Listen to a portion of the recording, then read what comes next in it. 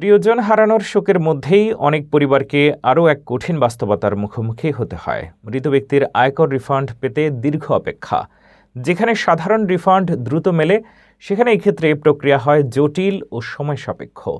কেন এত দেরি হয়, কী পরিবর্তন এসেছে আইআরএস এবং আগে ভাগে কী প্রস্তুতি নিলে এই ঝামেলা কমানো যায়, জানুন বিস্তারিত।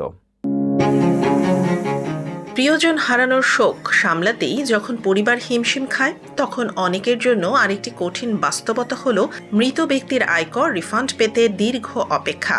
যুক্তরাষ্ট্রে ইন্টারনাল রেভিনিউ সার্ভিস বা আইআরএস এর তথ্য অনুযায়ী মৃত করদাতার রিফান্ড ইস্যু হতে গড়ে 1 বছরেরও বেশি সময় লেগেছে সাম্প্রতিক বছরগুলোতে।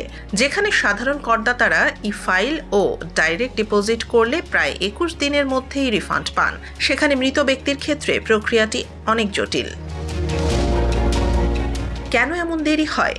প্রথমত, মৃত ব্যক্তির পক্ষে রিফান্ড দাবি করতে সাধারণত ফর্ম 1310 জমা দিতে হয়। এই ফর্ম জমা পড়লেই অনেক সময় রিটার্নটি ম্যানুয়াল রিভিউতে যায়। দ্বিতীয়ত, প্রতারণা ঠেকাতে আইআরএস বাড়তি যাচাই বাছাই করে। দাবিদারের আইনগত অধিকার আছে কিনা, কোর্ট কর্তৃক নিয়োগপ্রাপ্ত প্রতিনিধি কিনা, এসব নিশ্চিত করতে সময় লাগে। তৃতীয়ত, আগের বছরের জট ও ব্যাকলগও প্রক্রিয়াকে ধীর করেছে।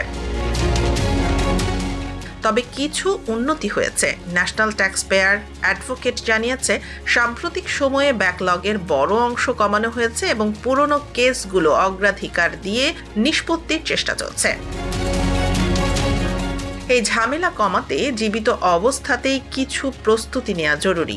সব ব্যাংক ও বিনিয়োগ হিসাবের তালিকা রাখুন, অনলাইন ট্যাক্স ডকুমেন্টে প্রবেশের তথ্য সংরক্ষণ করুন, হালনাগাদ উইল তৈরি করুন এবং একজন নির্ভরযোগ্য নির্বাহক বা প্রতিনিধির নাম নির্ধারণ করুন। প্রয়োজন হলে সিপিএ বা আর্থিক উপদেষ্টার সহায়তা নিন। সঠিক প্রস্তুতি প্রিয়জনদের কঠিন সময়ে বড় স্বস্তি দিতে পারে।